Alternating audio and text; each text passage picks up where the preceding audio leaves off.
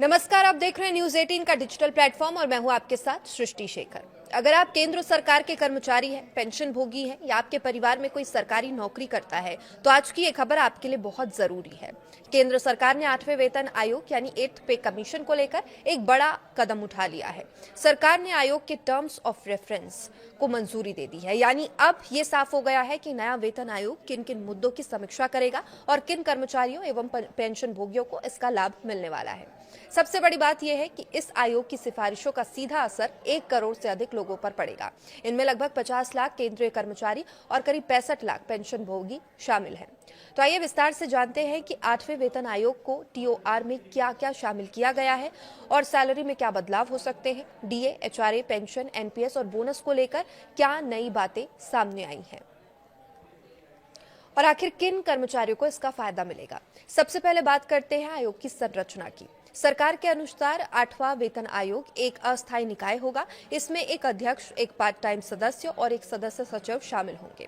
आयोग को अपनी अंतिम रिपोर्ट सरकार को सौंपने के लिए 18 महीने का समय दिया गया। हालांकि यदि आवश्यकता महसूस होती है तो आयोग बीच में अंतरिम रिपोर्ट भी प्रस्तुत कर सकता है।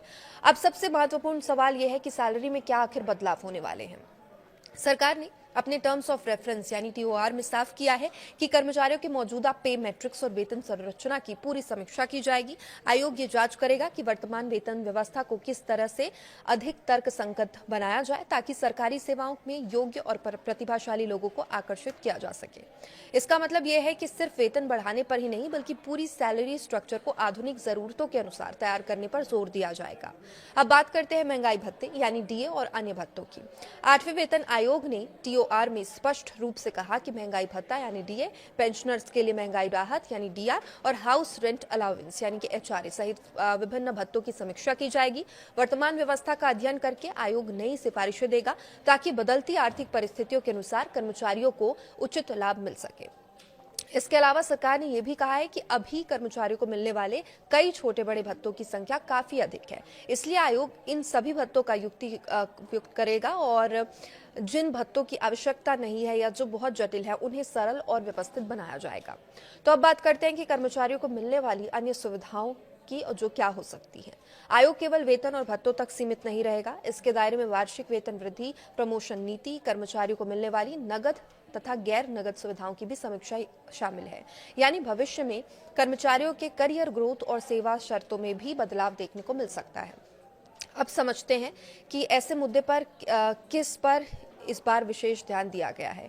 तो परफॉर्मेंस आधारित वेतन और इंसेंटिव पर ध्यान दिया गया। सरकार चाहती है सरकारी कार्य संस्कृति अधिक प्रभावी, जवाबदेह और परिणाम आधारित बने और यही वजह है कि आयोग को ये जिम्मेदारी दी गई है कि वो ऐसा वेतन ढांचा यानी सैलरी स्ट्रक्चर तैयार करे जिससे कर्मचारियों को बेहतर प्रदर्शन के लिए प्रोत्साहन मिले। इसके अलावा वर्तमान बोनस योजनाओं की समीक्षा की जाएगी। संभावना है कि भविष्य में बोनस को केवल सेवा अवधि के बजाय कर्मचारियों के प्रदर्शन और उत्पादकता से भी जोड़ा जा सकता है। इसके अलावा उत्कृष्ट कार्य करने वाले कर्मचारियों के लिए कई इंसेंटिव स्कीम की भी सिफारिश की जाएगी जिसमें वित्तीय और प्रदर्शन आधारित दोनों प्रकार के मापदंड शामिल हो सकेंगे। अब बात करते हैं पेंशन भोगियों के लिए सबसे महत्वपूर्ण अपडेट की। 8वां वेतन आयोग पेंशन से जुड़े सभी महत्वपूर्ण पहलुओं की भी समीक्षा करेगा। अगर कोई कर्मचारी राष्ट्रीय पेंशन प्रणाली यानी एनपीएस या यूनिफाइड पेंशन प्रणाली यानी कि यूपीएस के अंतर्गत आता है तो उसके लिए डेथ कम रिटायरमेंट ग्रेचुइटी के नियमों की समीक्षा की जाएगी और आवश्यक बदलाव सुझाव जाएंगे। और वही कर्मचारी एनपीएस या यूपीएस के दायरे में अगर नहीं आते तो उनके लिए भी मासिक पेंशन और ग्रेचुइटी की समीक्षा की जाएगी। इतना ही नहीं, आयोग बिना अंशदान वाली पेंशन योजनाओं की वित्तीय लागत का भी आकलन करेगा ताकि सरकार भविष्य की वित्तीय जिम्मेदारियों का सही अनुमान लगा सके। अब सवाल यह है कि आयोग अपनी सिफारिशें किन आधारों पर देगा। सरकार ने टीओआर में साफ कहा है कि आयोग केवल कर्मचारियों के हितों को नहीं देखेगा बल्कि देश की आर्थिक स्थिति को भी ध्यान में रखेगा। सबसे पहले आयोग ये सुनिश्चित करेगा कि नई वेतन व्यवस्था लागू होने से सरकार के वित्तीय संसाधनों पर अत्यधिक बोझ न पड़े। साथ ही ये भी देखा जाएगा कि वेतन और पेंशन में वृद्धि के बाद भी विकास परियोजनाओं और जन कल्याणकारी योजनाओं के लिए पर्याप्त बजट उपलब्ध रहे। और एक और महत्वपूर्ण पहलू यह है कि आयोग राज्य सरकारों पर पड़ने वाले प्रभाव का भी अध्ययन करेगा।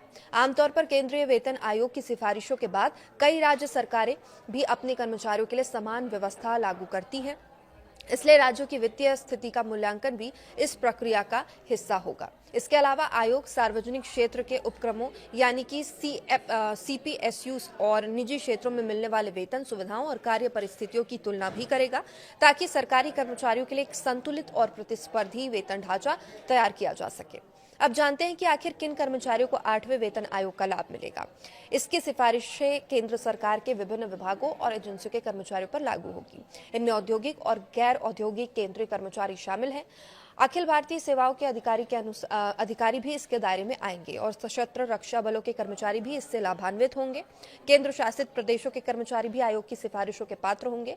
भारतीय लेखा परीक्षा और लेखा विभाग के अधिकारी कर्मचारी भी इसमें शामिल हैं। संसद के अधिनियमों के तहत स्थापित नियामक निकायों के सदस्य कर्मचारी, हालांकि भारतीय रिजर्व बैंक इससे बाहर रहेगा।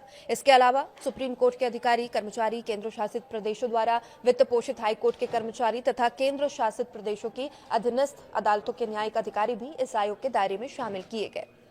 अब सबसे बड़ा सवाल, क्या कर्मचारियों की सैलरी में भारी बढ़ोतरी होगी? फिलहाल सरकार ने केवल टर्म्स ऑफ रेफरेंस यानी टीओआर को मंजूरी दी है। इसका मतलब ये है कि अभी किसी नई सैलरी फिटमेंट फैक्टर या वेतन वृद्धि की आधिकारिक घोषणा नहीं हुई है। अब आयोग विभिन्न पहलुओं का अध्ययन करेगा, कर्मचारियों के संगठनों, मंत्रालयों, विशेषज्ञों से सुझाव लेगा और इसके बाद अपनी सिफारिशें सरकार को सौंपेगा। अंतिम फैसला सरकार द्वारा इन सिफारिशों पर विचार करने के बाद ही लिया जाएगा और इसलिए फिलहाल सोशल मीडिया पर चल रहे फिटमेंट फैक्टर या संभावित वेतन वृद्धि के दावों को आधिकारिक घोषणा नहीं माना जा सकता। तो कुल मिलाकर 8वें वेतन आयोग का दायरा केवल वेतन वृद्धि तक सीमित नहीं है। इसमें salary structure, DA, DR, HRA, कुछ और भत्ते, प्रमोशन, वार्षिक वेतन वृद्धि, प्रदर्शन आधारित bonus, incentive, NPS, UPS, pension, gratuity, कर्मचारियों की कार्य संस्कृति जैसे महत्वपूर्ण सब्जेक्ट्स या विषय है वो भी शामिल किए गए हैं। यदि आयोग समय पर अपनी रिपोर्ट देता है और सरकार उसकी सिफारिशों को मंजूरी देती है तो आने वाले समय में केंद्रीय कर्मचारियों और पेंशन भोगियों के लिए वेतन एवं सेवा शर्तों में बड़े बदलाव देखने को मिल सकते हैं। फिलहाल सभी की नजरें अब 8वें वेतन आयोग की आगामी बैठकों और उनकी अंतिम सिफारिशों पर टिकी हुई है। तो ऐसे ही महत्वपूर्ण सरकारी अपडेट्स और वेतन आयोग से जुड़ी, सरकारी कर्मचारी और पेंशन से जुड़ी सबसे बड़ी और सबसे पहले खबर पाने के लिए आप हमारे साथ जुड़े रहिए।